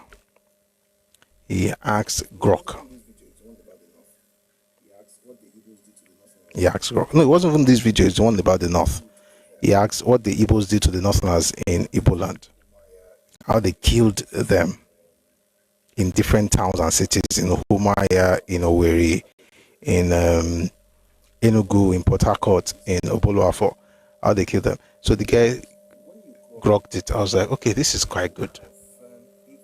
Because if what this person is saying is true, that is honorable. I don't mind being questioned, but I don't think there's any sense in people just being obtuse. Like, you don't care about the facts, you just want to be right. That's stupid. The guy asked Grok, and Grok told him everything. Although I don't like using Grok because sometimes I even teach Grok. You can't teach Grok, now. Grok can be wrong. But at least, and then the person is supplied some sources. I think that's how we should have conversations. You may not have heard that your parents did some things.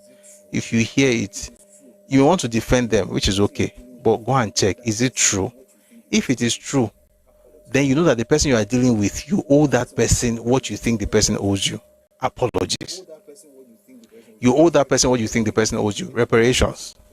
You owe that person what you think the person owes you. Respect. Anything you think anybody owes you, you're not entitled to it in this country. Your might says, Bengaf says, why are you saying somebody is stupid? If I respond to you now, do you not think that you may hug Transformer before Ayla? All right, your might says, Samuel Jai Crowder is the father and the creator of the modern day. Let's just leave it. Thank you. That's fire. Stone Bizarre says, Yorubas are betrayers. That's your father's identity. You guys betray everybody. We just don't talk because what's the purpose? It's not as if we're talking to equals. All right, let's leave that one. I don't want to start arguing again. Anyway, it's been an interesting session today. The lesson from this, of course, is that Nigeria's story is not one-sided, and that, of course, you should acknowledge the pains and the sufferings of Igbos during the war. You should, you must. That proves your humanity in a very huge way. Acknowledge what people went through, However, you can't acknowledge one side alone. You also have to understand that war brings out the basest instinct in man to the point where they were eating people. Not on the war front, but in restaurants. And that should not be a problem if you really understand. If you read North Coast, two books you should read if you want to understand where that cannibalism is coming from. Read Northcote and Among the Igbos by G.T. Basden. It was published in 1921. Cannibalism is just what it is. We'll leave it at that. But please understand that while people from the Southeast suffered, and it should be acknowledged, people from the Southeast also caused suffering for others, killed people, maimed them, raped them, burnt their houses and properties. And they are not the sole victim of Nigeria's story. They can be perpetual victims if they choose to be, but they cannot be the sole victim of the narrative, because that's the way they blackmail you into saying that we have not gotten something. Again, I have that balance. You don't have to say I hate you. You know where you have to be compassionate, but you also know how to be firm, so that they don't easily manipulate you. Anyway, thank you very much. May God bless Nigeria. May this country heal. May we do better. But may nobody be able to blackmail you, knowing what you know. We have to call it a day now. I'm going to be here on Monday. Please join us 4 p.m. if a time West African time. We're going to continue the series Hour on Trial. We're going to be looking at the treasonable felony. We established some things yesterday. We're going to maybe revisit some of those things on Monday, and we'll go deeper into the topic. But a lot of the things that you've heard about Nigeria's story, nobody waiting to tell you, nobody waiting happen be that though. However, the beautiful thing is that those who were there and those who did stuff published books and they wrote things down. Let me say something. Maybe I'll say this on Monday, but I want to quickly mention it right now. People who go on my videos, if you are here and you ask questions like, were you there? How old are you? Number one, for most of you, I'm probably your parents' mate. Number two, you don't have to be everywhere to understand what happened. We can discuss what Benjamin Franklin was doing, right? We can talk about Alexander Hamilton. We were not there. We were not there when they signed the Declaration of Independence, right? But we can discuss it. Or Thomas Jefferson. We can talk about all of these things. Whatever makes you think you must be there before you talk about what happened in Gettysburg, it means that you are an illiterate. No, illiterate is called. You are ignorant and you're retarded. The point is, did you study this thing that you're talking about? And can you provide sources, not just one? Or even if it's one, can you even provide sources to explain what you are saying? That shows that you have researched this thing. That's how you have conversation as a sensible human being. Stop looking at people and saying that, were you there? How old are you? Number one, if you ask that question, definitely I'm your father's age mate, or I'm even older than your father. Number two, you shouldn't be asking that question. It shows that you don't have sense. It has nothing to do with age. Even your parents don't know what happened during that war. Even your grandfather that was there did not know what happened. Your grandfather was just everywhere, going all around the place looking for berries and grasshoppers to eat and locusts. He didn't know the kind of decisions they were making in the war room. So don't delude yourself. Sorry, I had to answer that question, and I'm glad that I said it. I'll probably say it again on Monday because it's important that I'm going to put out a video on that thing. Stop asking stupid questions. How old were you there? Have you seen anybody in recent times that has ever told you American history that was there when they had the war, whether it was the American Civil War, or it was the one with Great Britain, or the Declaration of Independence? Nobody on earth was there. You don't have to be there. I've not seen such a group of people in my life. You don't have to be there. You just have to be able to research it and understand what happened, and of course, be able to speak on all sides if you can. And if you can't, stick to the one that you know and say it as objectively as possible. It's just that people, by the way, objectivity means something totally different in the Southeast. It means that you must pander to their narrative. That's what it means to be objective. Rather, I'll give that a response again on Monday. They'll still tell me, but they'll still ask me. But I'm doing this because I want to create a video so that once they ask me that stupid question, I just take that video and drop it there, because it doesn't make sense. Every part of the world, people discuss history. They don't have to be there. May God bless us. May God bless Nigeria. And lastly, lastly, please learn from the people of the South. Rivers State, Akwa Ibom, Cross River, Bayelsa, Delta, Edo. These people are blessed. Particularly those first four, because they were part of the Eastern region. They were hurt, they were killed, their places were destroyed. But even though they remember what happened, they carry themselves with such grace that I think should actually challenge the rest of us. That you can be firm with certain people and say, you cannot do this in my place, and still not be acting like, tout. So that's something that I respect folks from the South. And like I always say, I served in Akwa Ibom, so I have soft spot for South people. May God bless everybody in Nigeria, in every part of the country. Before we go, we're going to play the anthems, the Nigeria anthem and Yoruba anthem. We'll be here on Monday at 4 p.m. if your time is West African time. May God bless you. May God bless this country called Nigeria. Here's the national anthem. Please sing along if you know the song. If not, please learn the lyrics. Enjoy.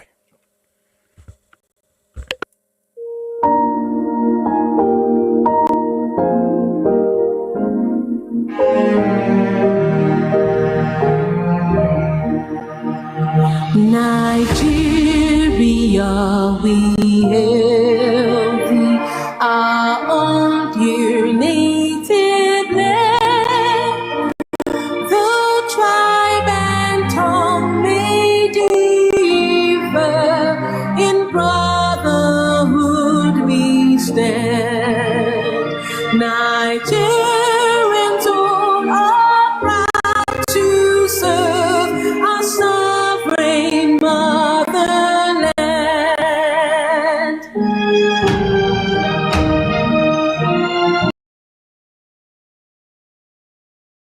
It shall be your symbol that truth and justice reign.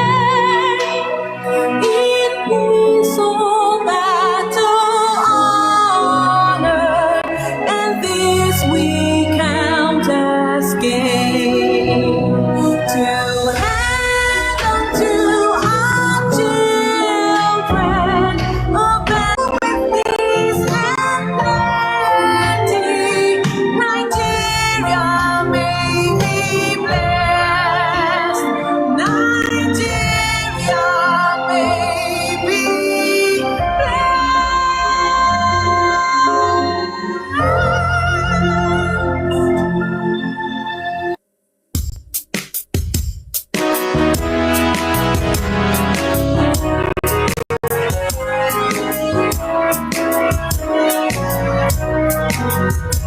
Iṣẹ́ wa fúnlẹ̀ wá, fún ilẹ̀-èdè wa. Tàgbéga, tàgbéga, tàgbéga fáyé rí. Ìgbàgbọ́ ni pé láti bẹ̀rù làbọ̀ mọ́.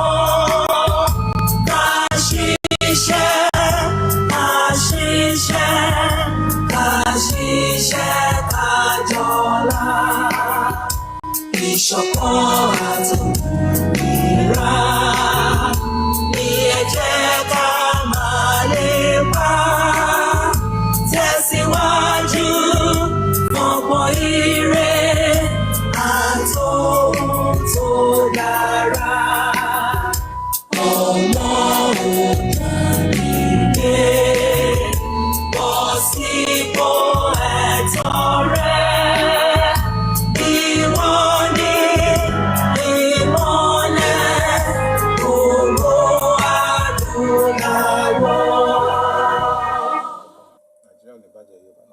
Àwa ni ìmọ́lẹ̀ ògo adúláwọ̀, ìmọ́lẹ̀ wo ni wọ́kùn lágbára Ọlọ́run. Nàìjíríà ò ní bàjẹ́, Yorùbá náà ní bàjẹ́, a máa gbèrú sí ní lágbára Ọlọ́run. We'll do well, may this country work, may everything lay hands upon prosper, and may this nation, Yoruba nation, become better and stronger. And may the country, Nigeria, make progress in every way. And may God give our leaders the wisdom they require to be able to deal with this banditry and all these terrible things happening in the country. May every part of this nation be blessed.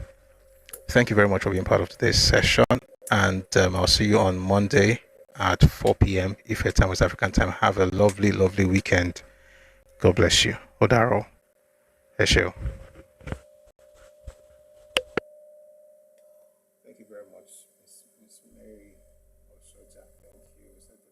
Thank you very much, Miss Mary Oshoja. Thank you, Mr. Demola Ojo, Matrishan, Ole Concombre. Thank